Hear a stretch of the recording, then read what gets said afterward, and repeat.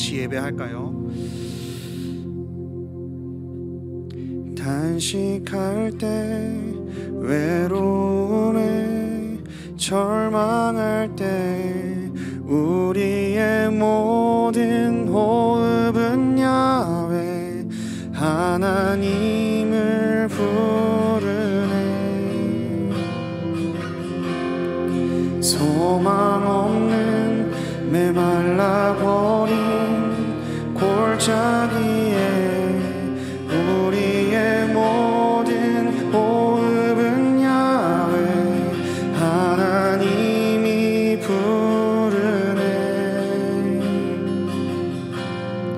성령의 단비가 내리네. 만물이 숨을 쉬게 되네. 아버지는 우리와 함께 일하시네. 마른 뼈들아 일어나라. 하나님 아버지와 함께하자. 하나님은 우리와 함께 일하시네.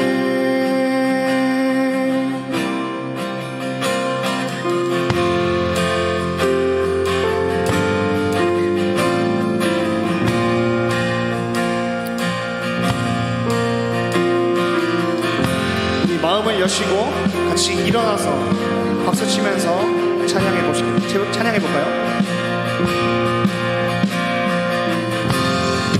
단식할 때, 외로움에 절망할 때, 우리의 모든 호흡은 야훼 하나님을 부르네.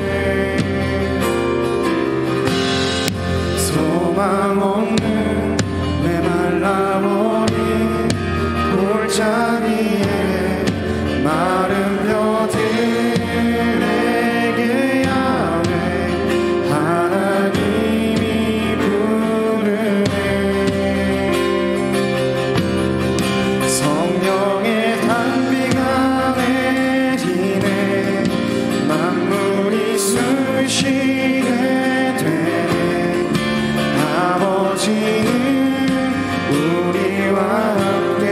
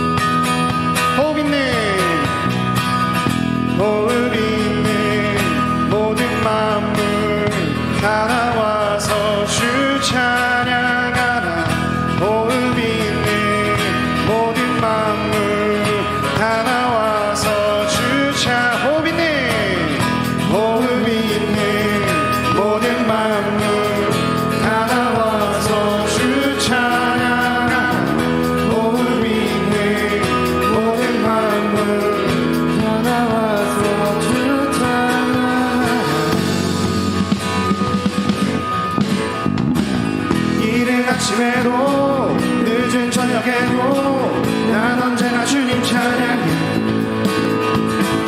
기쁨 넘칠 때도 슬픔 다가와도 난 언제나 주님 찬양해. 끊임없는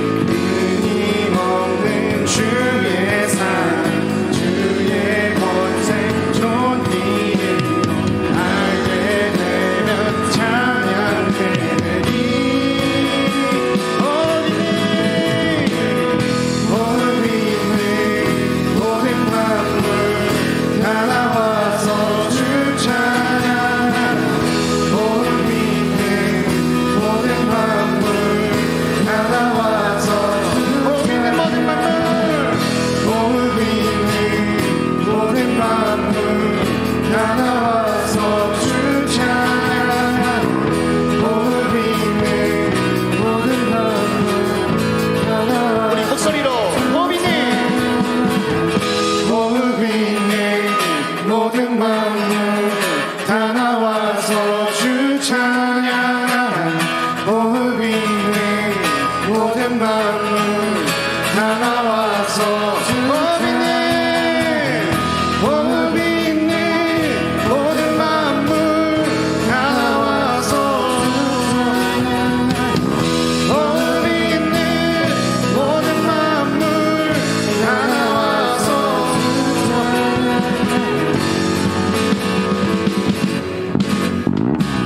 높은 하늘에도 천사들과 함께 영원토록 주님 찬양. 온 땅에서도 모든 만물 함께 모든 민족 주님 찬양. 끊임없는 주의 사랑 주의 권세 존귀를 알게 되면 찬양되리. 한 번 더. 끊임없는 주의 사랑 주의 권세 존귀를 알게 되면 찬양되리. 어린이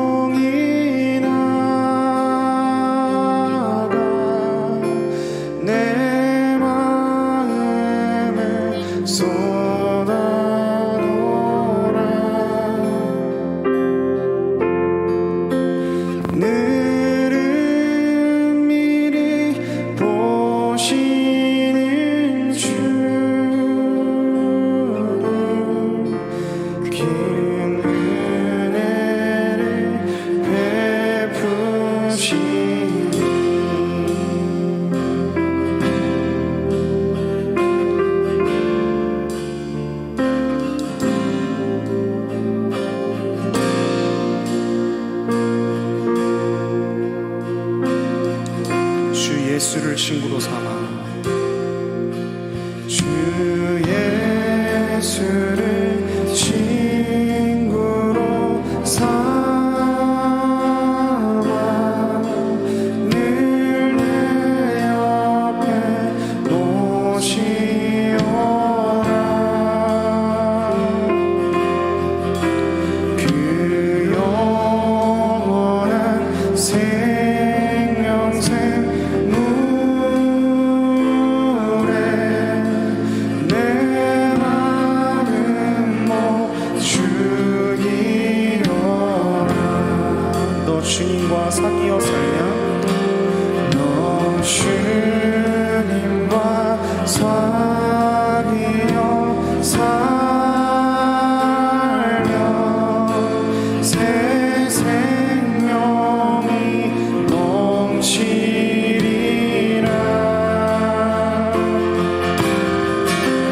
주 예수를 찾는 이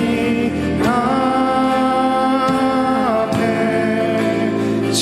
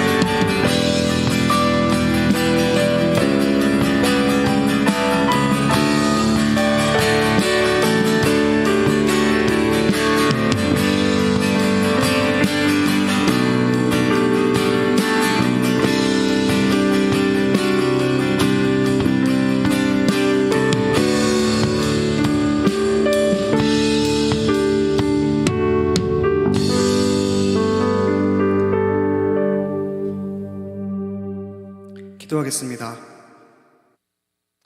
하나님, 먼저 우리를 구원하시고 또 자녀 삼아 주셔서 이렇게 예배할 수 있도록 해주심에 감사합니다. 하나님이 주신 모든 것이 선하고 감사하지만 그보다 나를 사망에서 생명으로 건져주신 그 은혜를 다시 기억하고 가장 기뻐하고 감사할 수 있는 마음과 믿음을 주세요. 우리가 그 사랑을 알고 결단하지만 삶에서 하나님의 자녀답지 못한 모습으로 살았음을 고백합니다. 우리의 연약함을 보시고 불쌍히 여기셔서 항상 하나님의 말씀으로 무장하고 이 세상에서 빛과 소금의 역할을 다할 수 있도록 도와주세요. 수능을 마친 수험생들을 위해서 기도합니다. 모든 결과, 모든 것을 하나님께 맡깁니다. 시험뿐 아니라 입시도 하나님의 손길을 도와주셔서 하나님이 예비하신 곳, 하나님이 예비하신 사람들 가운데 이들이 보내질 때에 순종하며 나아갈 수 있도록 도와주세요. 청년부를 위해서도 기도합니다. 우리 청년부가 다시 말씀 가운데 뛰어들어서 하나님 한 분이면 충분합니다. 하나님은 나의 반석이시며 나의 전체 되십니다라는 고백으로 삶을 살아낼 수 있도록 도와주세요. 오늘 말씀을 통해 이러한 결단을 하길 원합니다.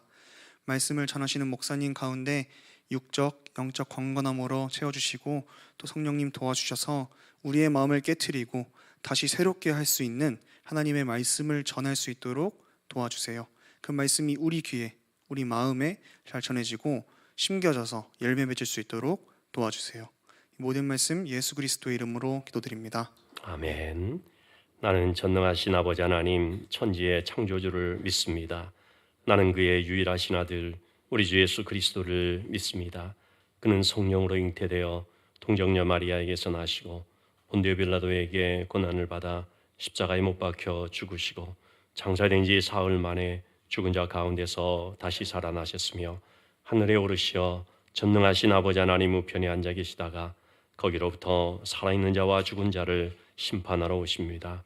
나는 성령을 믿으며 거룩한 공교회와 성도의 교제와 죄를 용서받는 것과 몸의 부활과 영생을 믿습니다. 아멘.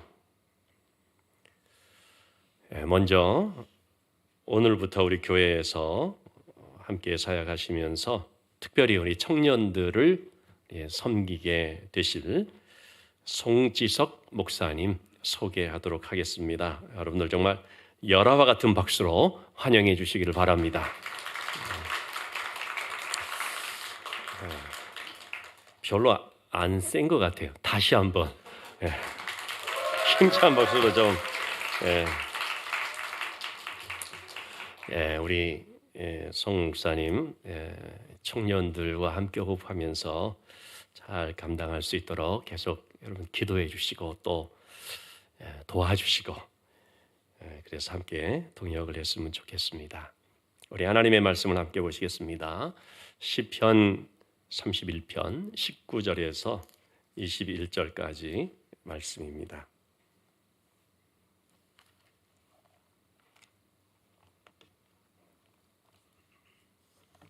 시편 31편 19절에서 21절까지 우리 함께 봉독하시겠습니다.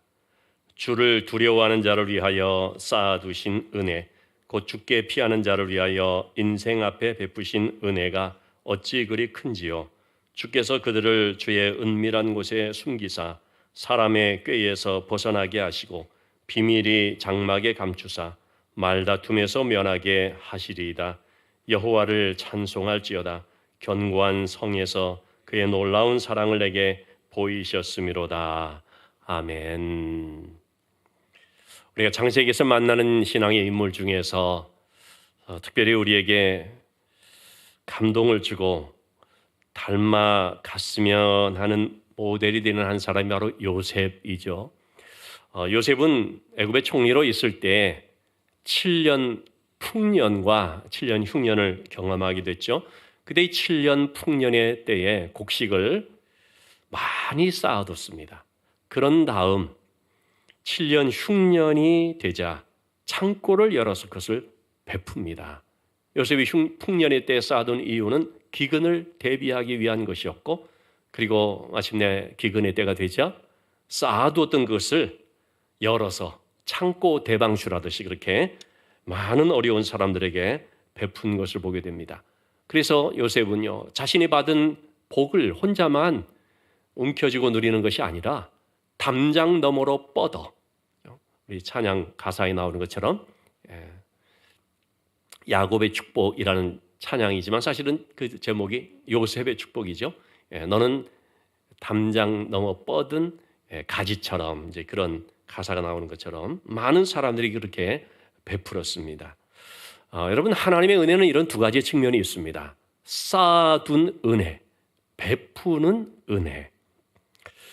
자, 그러면 하나님께서는 어떤 사람들을 위해서 이와 같은 하나님의 은혜를 쌓아두시는가? 먼저 하나님의 은혜라고 하는 것은요, 물론 여러 가지 말할 수가 있지만 그 중심 내용을 보면은요, 예수 그리스도라고 말할 수가 있습니다.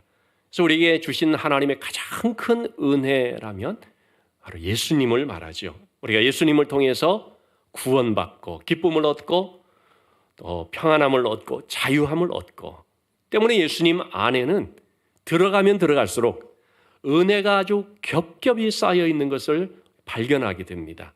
얼마만큼 주님 안으로 많이 들어가느냐에 따라서 접하는 은혜가 다른 것입니다.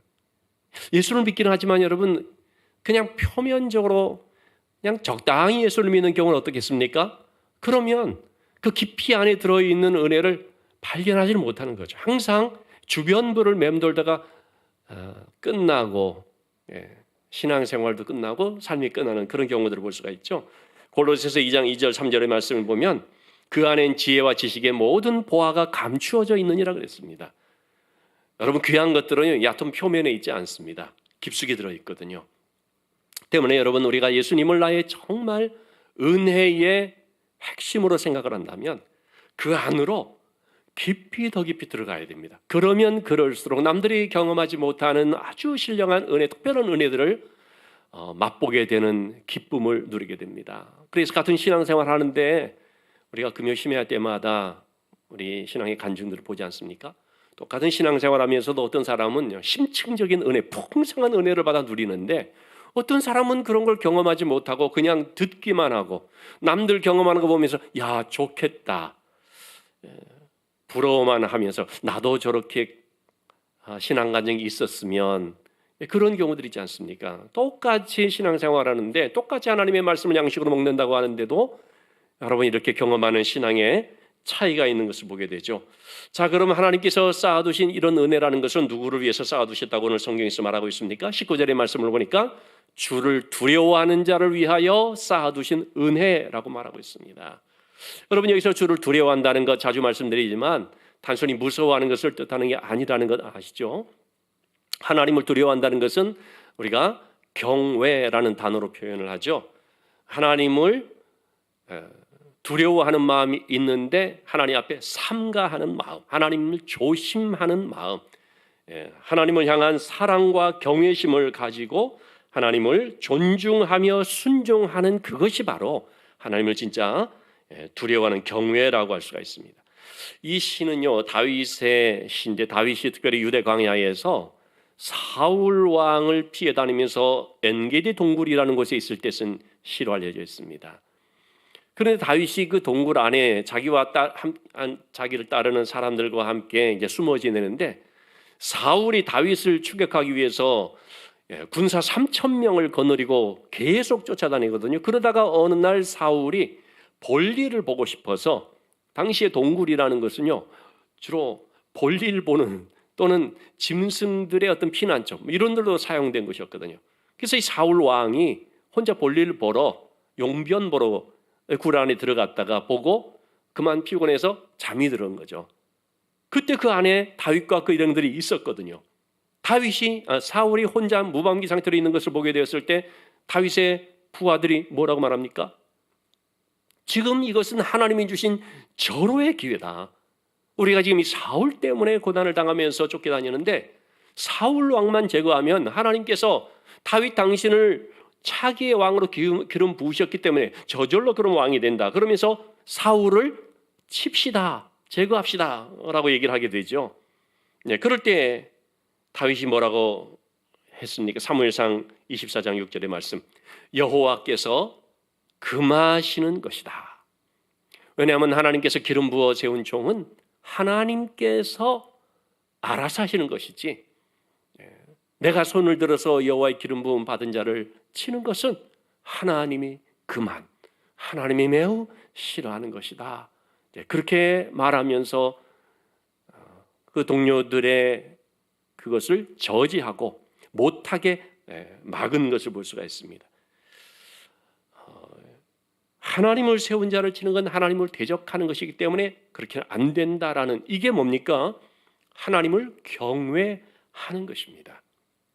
하나님을 존중하고 하나님의 뜻에 순종하는 자세, 이러한 경외심이 다윗에게 있었죠. 그런데 반면에 사울 왕은 그러지 않았습니다. 사울은요, 다윗의 그 사건이 있기 전에 다윗이 쫓겨다니면서 놉당이라고 하는 곳에 갔을 때 배고파서 제사장을 찾아가, 아히멜렉이라고 하는 제사장을 찾아가서 우리에게 혹시 먹을 것 좀 줄 수 있습니까?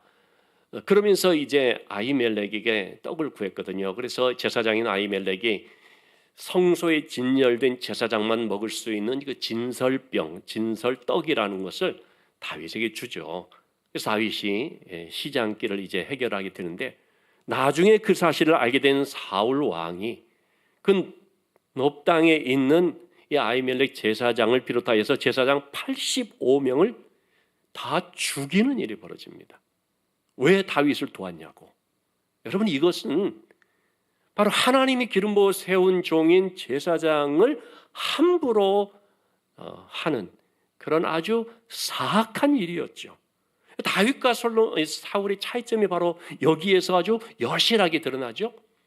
다윗은 자기의 이익의 여부를 떠나서 자기가 이러면은 좀 더 유리해지고 뭐 그런 계산이 아니라, 하나님이 세운 죄종을 내가 함부로 하면 안 돼. 그건 하나님이 아시는 것이고 하나님의 권한이다. 그래서 못하게 탁 막으면서 하나님을 경외하는데, 사울은 그 제사장들을 그냥 자기 마음에 안 든다고 너무나 잔혹하게 학살하는 이런 끔찍한 일을 저지른 거죠. 전혀 하나님이 두렵지를 않은 거죠. 그러니까 어떻게 됐습니까? 하나님이 다윗과 함께 하시고 사울을 멀리 하시고, 그래서 다윗은 점점 강성해지고 사울은 점점 약해지고, 결국 사울의 집안이, 가족들까지도 다 죽음을 맞는 비극이 일어나게 됐습니다. 여러분, 하나님을 경외한다는 것은 굉장히 우리 신앙생활에 있어서 중요한 것입니다. 하나님을 경외하지 않으면 우리는요, 세상을 두려워하게 되고 사람을 두려워하게 됩니다. 누구를 두려워하느냐가 참 중요한데, 하나님만을 두려워하는 사람은 세상에 대한 담대함을 갖지만, 하나님을 두려워하지 않는 사람은 오히려 세상을 두려워하고 사람들을 두려워하게 되죠. 세상을 두려워하는 순간 어떻게 됩니까? 세상 논리에 무릎을 꿇고 비굴해지고 타협을 하게 되고 그렇죠. 그런데 하나님을 두려워하게 되면 하나님께 무릎을 꿇고 하나님의 말씀을 힘입어서 세상 앞에는 담대해지게 되는 것입니다. 1960년대 뉴욕 경찰에 화제의 인물이 등장했습니다. 이탈리아계 이민자인 프랭크 서피코라고 하는 사람이었는데, 그는 뉴욕 경찰이 당시에 극도로 부패에 있어서 식당에 가서 또는 술집에 가서 먹고 마시고 돈도 안 내고 그런 거 당연하게 여기고, 도박이나 마약하는 그런 업자들과 결탁해서 돈 받고, 이런 모습을 보면서 신앙인으로서 도저히 이거는 안 되는 것이다. 그래가지고 이런 불의에 맞서서 외로운 싸움을 벌이게 됐는데요. 그러다가 위협을 당하고 자리까지 위태로워졌는데, 결국은 괴한이 쏜 총에 맞아서 하반신이 마비되고 평생 휠체어를 타는 그런 신세가 됐습니다. 그런데도 그는 굴하지 아니하고 언론의 경찰의 부패를 탄원했습니다. 그리고 결국 부정부패 공무원들이 법의 심판을 받게 됐고 그는 뉴욕 최고의 영예 훈장을 받게 되었습니다. 그가 그렇게 한 이유는 단 한 가지, 신앙인으로서 내가 이 불의에 맞서서 싸워야 된다. 하나님을 경외함으로 내가 이들의 이런 불의 앞에 절대로 두려움을 갖지 않는다. 그러면서 나갔던 것이죠. 이게 영화로 만들어져서 서피코라고 하는 알 파치노가 주연한 그런 영화가 또 소개가 됐었는데요. 그는 하나님이 내 곁에 계시니 내가 두려울 것이 없다는 이 담대함을 가지고 나간 거죠. 여러분 다니엘의 경우도 보시면 어떻습니까? 하나님께 기도하지 말라는 이런 악법이 시행되고 있었지만 그리고 수많은 사람들의 감시의 눈이 있는 것을 알면서도 다니엘은 사람들 두려워하지 아니하고 사자굴도 두려워하지 아니하고 오직 하나님 앞에 기도하는 삶을 멈추지 않았죠. 그것도 공개적으로 드러내죠. 난 하나님을 경외하는 사람이다. 그야말로 커밍 아웃, 자기의 신앙을 딱 드러내는 거죠. 이런 우리 신앙을 공개한다는 것이 참 대단한 용기가 필요하죠. 제가 그런 말씀을 심야 기도회 때 좀 드렸나요? 신앙생활은 용기가 있어야 된다. 여러분 우리 신앙생활은 특히 불신앙의 세상 가운데서 세속적인 가치관이 난무하는 세상 속에서 우리가 하나님을 경외하는 이 믿음을 가지고 나아간다고 하는 것은요 용기를 필요로 하는 거죠. 모든 사람들에게 잘 보이고 모든 사람에게 좋은 말 들으려고 하는 그런 것은 여러분 필요 없습니다. 미움받을 용기, 박해받을 용기, 때로는 따돌림 당할 용기, 그런 게 필요합니다. 그래서 정말 신앙이 좋은 사람으로 보면요 용감한 사람들이에요. 그냥 생각만 하면서 또는 내 신앙만 있으면 되지 이렇게 하는 경우들은요 전혀 세상을 변화시키는 일꾼으로 쓰임받지는 못합니다. 용기를 가진 사람이 뛰어드는 거죠. 그런 사람이 마치 다윗이 날린 물맷돌 그 돌멩이처럼 날아가는 거죠. 거기에서 여러분 연못이 이렇게 있는데 돌멩이 하나로 떨어져야 파장이 일어나잖아요. 우리가 그런 신앙의 용기를 가진 하나의 물맷돌처럼요 파장을 일으켜야 돼요. 그러면 사람들이 막 싫어하죠. 그러나 여러분 그래야 어떻게 됩니까? 변화가 일어나요. 그래야 뭐가 바뀌어져요. 다니엘이 담대히 사자굴로 들어갔죠. 그 결과 어떻게 됐습니까? 놀라운 일이 일어났죠. 하나님이 함께하는 사람들에게 어떤 역사가 나타나는가? 사자도 입을 막고 아무런 상함이 없게 하는 하나님이 함께하시는 생생한 일이 드러나게 되었습니다. 하나님을 경외하는 자를 위해서 하나님은 오늘도 그들 앞에 영적인 통장에다가 은혜를 차곡차곡 쌓아두고 있다는 사실을 여러분 기억하실 수 있기를 바랍니다. 쌓아둔 은혜가 있습니다. 그리고 또 두 번째로 나오는 것이 베푸시는 은혜가 있습니다. 자, 하나님의 베푸시는 은혜를 그럼 누구를 위해서 베푸시는가? 19절의 말씀, 주께 피하는 자를 위해서 인생 앞에 베푸신 은혜라고 말하고 있죠. 하나님이 쌓아두신 은혜는요 하나님을 경외하는 자를 위해 쌓아두신 것이고 또 그 쌓아둔 은혜를 하나님이 베풀어 주시는데 누구를 위해서 창고에서 꺼내서 베풀어 주시느냐? 주께 피하는 자다 말하고 있습니다. 주께 피한다는 게 뭡니까? 하나님을 찾는 거죠. 하나님을 의지하는 것입니다. 다시 말하면 실제적으로 하나님께 기도하는 것입니다. 그래서 오늘 17절의 말씀에서 여호와여 내가 주를 불렀사오니 나를 부끄럽게 하지 마시고 악인들을 부끄럽게 하옵소서. 내가 주를 불렀다는 이 말이 바로 기도를 말하죠. 하나님을 찾는 것, 주의 이름을 부르는 것, 하나님께 나와서 간절하게 엎드리는 것. 우리가 하나님 앞에 그렇게 기도하며 나가야 되죠. 하나님을 찾는 자들을 하나님은 결코 부끄럽게 하지 않는다는 사실, 악인들을 하나님이 막으셔서 그들로 오히려 부끄러움 당하게 한다는 이걸 믿음으로 말미암아 우리가 하나님을 찾을 수 있어야 되죠. 이렇게 하나님께 피하는 자, 기도하는 사람에게 어떤 은혜가 임한다고 말하고 있는가? 다윗은 자기가 체험한 그것을 그대로 고백합니다. 20절 말씀, 주께서 그들을 주의 은밀한 곳에 숨기사 사람의 꾀에서 벗어나게 하시고 비밀의 장막에 감추사 말다툼에서 면하게 하신다. 사람들이 아무리 거짓으로 다윗을 비방하고 또 사울 왕이 군사들을 동원해서 막 잡으러 다니고 그럴지라도 이 주를 의지하는 자를, 주께 피하는 자를 해치지 못하도록, 그 어떤 비방에 걸려 넘어지지 않도록 하나님의 비밀의 장막, 이 비밀이라고 하는 것은 경험한 자만 알 수 있는 것이라는 의미에서 비밀이라는 표현을 쓴 거거든요. 미스테리라는 말이 아니고 발견한 자만 깨닫게 되는 어떤 은밀한 말, 그거죠. 그러니까 하나님의 품이라는 것은요, 이 비밀의 장막과 같은 것입니다. 그렇게 딱 숨겨주셔서 말다툼에서 면하게 해주신다 말씀을 하고 있습니다. 그리고 21절 말씀에서도 견고한 성에서 그의 놀라운 사랑을 내게 보이셨다 말하고 있죠. 하나님은 견고한 성이 되어주십니다. 그 말은 강력한 능력으로 지켜주신다라는 말이죠. 다윗은 하나님께 피함으로써 그것을 경험합니다. 여러분, 누가 이러한 하나님의 견고한 성, 놀라운 사랑을 경험하게 됩니까? 피한 사람이 하는 거죠. 그렇죠? 그래서 신앙은 이론이 아니라 참 실제다라는 것을 우리가 깨닫게 되죠. 하나님께 피하게 될 때 하나님께서 놀라운 사랑을 베풀어 주시는 것을 체험하게 됩니다.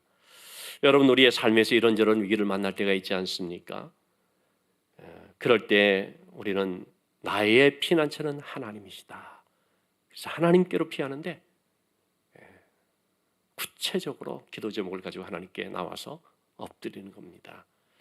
맨날 기도하라는 말을 하니까 뭐 식상하게 들려질 수도 있겠고, 또는 뭐 기도해도 별반 특별한 게 없는데 뭐 별 변화가 없는데, 이러한 마음을 가질 때도 있을 것이에요. 그렇지만 여러분, 우리 눈에는 지금 그대로인 것 같고 아무런 무슨 하나님이 일하시는 것도 나타나지 않는 것 같고 변화도 없어 보이는 것 같아 보이지만 그건 우리의 생각이, 우리의 느낌입니다. 그렇지가 않습니다, 여러분. 반드시 하나님이 일하고 있습니다. 아직 그게 안 보여져서 그런 거지, 꼭 하나님께서 들으시고 그 가운데 개입하시고 뭔가를 지금 해 나가고 있고 만들어가고 다듬어가고 새로 세워가고 반드시 하나님이 하시는 일들이 있는 것입니다. 때문에 여러분, 우리는 어떤 상황에서도요, 이 하나님께 대한 신뢰를 잃지 않고 하나님께 피하는 삶을 살아야 됩니다. 기도하는 삶, 예배하는 삶, 그런 자리로 나가는 것이 바로 내 영혼이 하나님을 피난처로 삼는 것이라고 하겠습니다. 우리는 은혜로 구원받고 은혜로 사는 사람들입니다. 그런데 과거의 은혜에만 머물러서 옛날 받은 은혜만 추억하고 되새기고 그렇게 해서 안 되죠.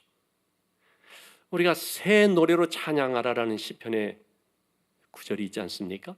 새 노래로 찬양하라는 것은 늘 새로운 노래를 만들어 부르라는 뜻보다 새 은혜를 말하는 것입니다. 여러분, 똑같은 노래도요, 사람마다 새로워질 수가 있습니다. 전에는 와닿지 않았던 것이요, 야, 진짜 이게 내 고백이로구나. 그게 왜 그런 늘 부르던 것이 특별하게 와닿을 때, 그건 뭐 때문이냐면 은혜를 체험했기 때문입니다. 그래서 우리는 은혜가요, 항상 새로워져야 돼요. 늘 새 은혜, 다시 말하면 하나님과의 늘 새로운 만남, 하나님 통해서 새로운 경험을 해야 되는 거죠. 그래야 우리의 이 찬양도 새로워지고 우리의 신앙도 신선하게 되는 것입니다. 어떤 사람들은 정말 하나님의 풍성한 은혜를 받아 누리는데 어떤 사람들은 그렇지 못한 경우들도 많이 있죠. 그걸 보면 이런 생각을 할 수도 있죠. 구원에는 차별이 없는데 은혜에는 차별이 있는가? 그리고 또 그거를 기정사실로 생각해버리는 사람들도 있는데 여러분 그렇지가 않습니다. 구원에 차별이 없는 것처럼 은혜에도 차별이 없습니다. 아니 그러면 어떤 사람은 이렇게 받아 누리고 어떤 사람은 누리지도 못하고 어떻게 이런 차별이 발생하는가 묻게 되지 않습니까? 도널드 맥컬로우라는 사람이 이런 얘기를 했습니다. 은혜가 마치 차별이 있는 것처럼 느껴지는 것은 은혜를 주는 분의 문제, 하나님의 문제가 아니라 은혜를 구하는 자에게 문제가 있다라고 말합니다. 여러분 하나님의 사랑인 차별이 없죠. 그 말은 하나님의 은혜에도 차별이 없다는 것입니다. 그렇다면 문제는 누구에게 있느냐? 우리에게 있다는 거죠. 그 은혜를 구하는 자에게 문제가 있는데 그 구하는 자가 스스로 차별이 되는 것인데 자 마태복음 7장 8절 말씀 뭐라고 말합니까? 구하는 이마다 받을 것이요 찾는 이가 찾아낼 것이요 두드리는 이에게는 열릴 것이라. 여러분 모든 사람들이 받는 거 아닙니다. 모든 사람들이 찾아내는 거 아닙니다. 모든 사람에게 문이 열려지는 거 아닙니다. 누구라고 말하고 있습니까? 구하는 이, 찾는 이, 문을 두드리는 이, 여기에서 차별이 발생하는 거죠.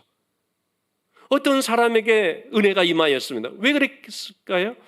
구하였기 때문이죠. 어떤 사람에게 은혜가 발견이 됐습니다. 그건 그가 찾았기 때문이죠.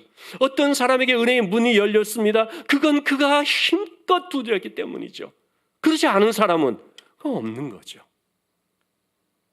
어떤 목사님이 강원도 산간에서 목회를 하게 됐는데 시간도 많이 있고 해서 그 지역을 이렇게 찾아보다 보니까 특별히 그곳에 벌들이 많더라는 것입니다. 그래서 좀 짬이 날 때마다 벌을 좀 갖고 와야겠다. 양봉을 하게 된 것입니다. 벌통을 갖다 놓고 양봉을 하게 됐습니다. 꽤 시간이 지났습니다. 가을이 되었는데 꿀을 제법 수확하게 됐습니다. 어느 주일날 목사님이 성도들이 광고했습니다. 여러분 다음 주에 오실 때 여러분도 알다시피 제가 양봉을 좀 하지 않습니까? 그래서 꿀을 좀 얻게 됐는데 다음 주에 오실 때 여러분들이 병을 하나씩 가져오면 제가 그 병에다가 꿀을 채워드리겠습니다. 광고를 했습니다. 다음 주 사람들이 오면서 병을 가져왔습니다. 어떤 사람은 요만한 바카스병, 어떤 사람은 좀 더 큰 이런 콜라병 이렇게 가져왔는데 사람들이 보니까 한 아이가 양동이를 가져왔습니다. 그래서 사람들이 웃으면서 얘야 너는 목사님 체면도 생각해야지. 아니 그런 걸 가져와 버리면 어떡하냐 라고 얘기를 했습니다. 예배 끝나고 목사님이 약속대로 가져온 병에 꿀을 채워줬습니다. 어떤 사람 바카스병 채우고 끝났습니다. 어떤 사람 콜라병 채우고 끝났습니다. 한 아이는 양동이에 가득 채워줬습니다. 성도들이 깜짝 놀라가지고 목사님을 찾아와 항의했습니다. 목사님, 왜 사람 차별합니까? 여러분, 목사님이 차별했습니까? 목사님 말했죠. 저 차별한 적 없습니다. 전 약속대로 했을 뿐입니다.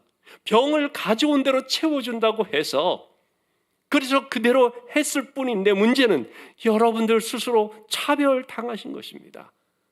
왜? 그 목사님의 말을 들으면서도 에이, 이 정도면 되겠지. 바카스병 가져온 사람 그걸로 채우고 끝난 거죠. 콜라병 가져온 사람 또 그 정도로 끝난 거죠. 그러나 어린아이 참 단순해서 목사님 채워준다고 하더라 믿음을 가지고 크게 가져왔고 크게 채워진 거죠. 여러분 주는 분에게 있어서는 차별이 없습니다. 받는 사람들이 스스로가 차별이 되더라는 것입니다. 저는 이 얘기를 들으면서 참 믿음이 바로 이런 것이다 라는 것을 생각해요. 그래서 새가족 양육할 때 제가 이런 부분을 얘기를 드려요. 믿음도 보면은요 같은 믿음이 아닌 거예요.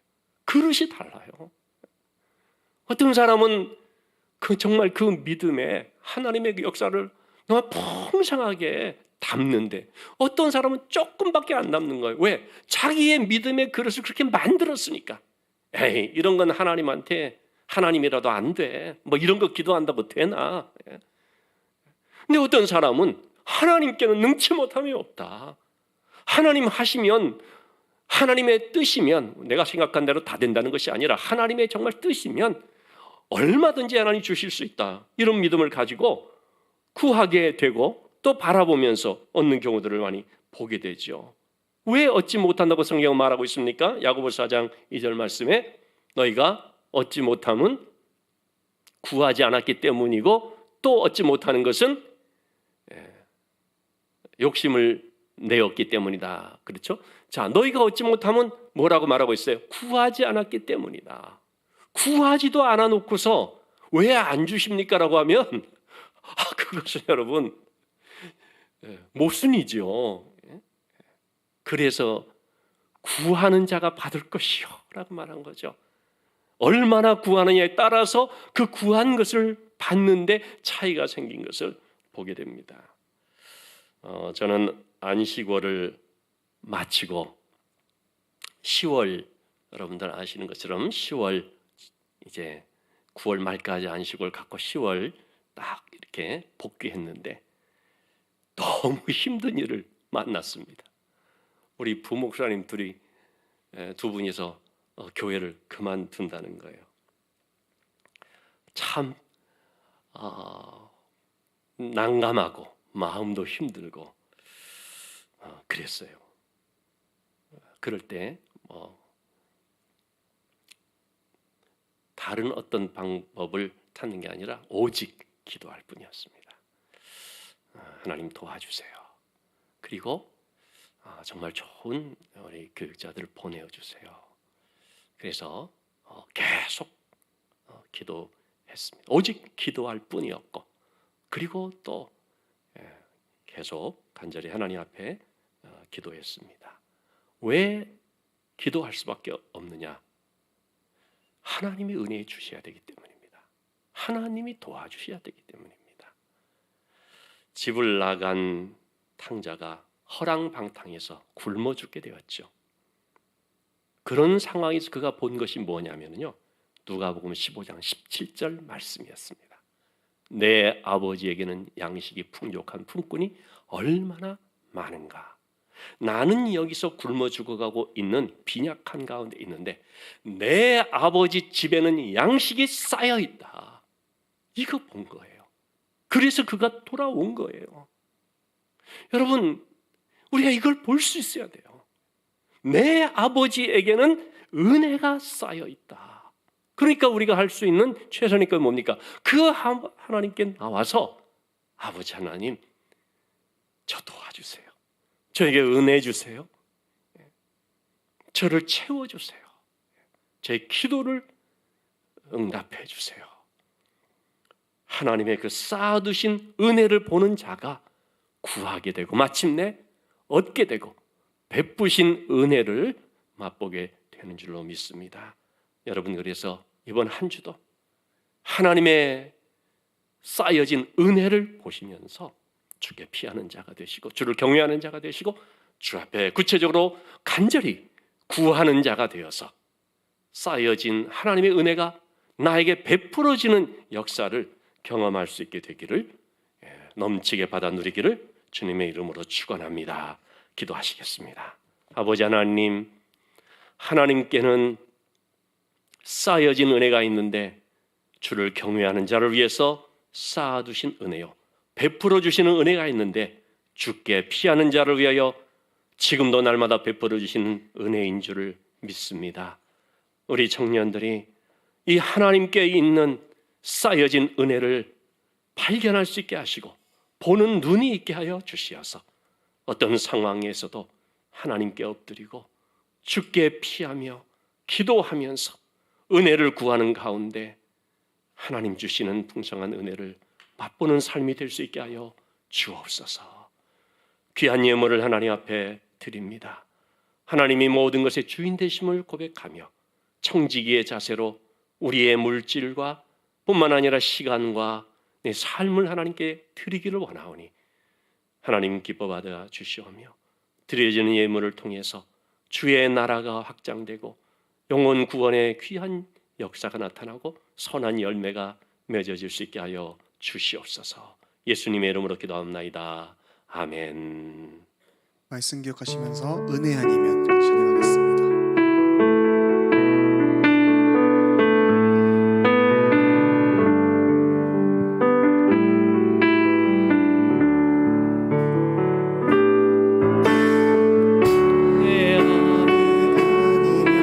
살아갈 수가 없네. 호흡마저도 다 주의 것이니 세상 평안과 위로 내게 없어도 예수 오직 예수뿐이네. 크신 계획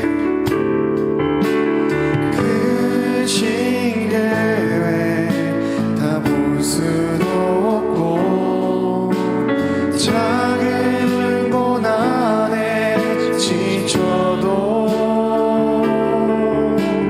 주께 묶인 나의 모든 삶 버티고 견디게 하시네. 크신 계획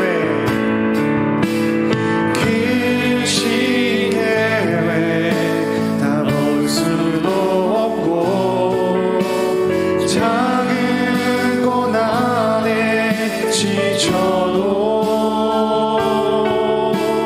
주께 묶인 나의 모든 삶 버티고 견디게 하시네.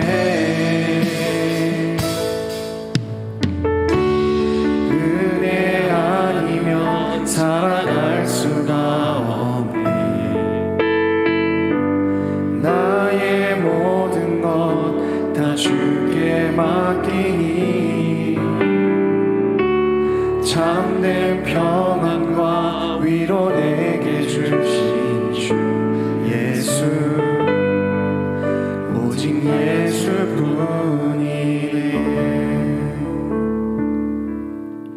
기도하겠습니다. 우리 주님 예수 그리스도의 은혜와 하나님 아버지의 극진하신 사랑과 성령님의 감화감동 교통하심이 하나님의 은혜를 구하며 풍성한 은혜를 맛보며 오직 여호와 하나님만을 신뢰하는 믿음으로 살기로 다짐하는 온 성도들 위해 지금부터 영원토록 함께 하시기를 축원하옵나이다. 아멘.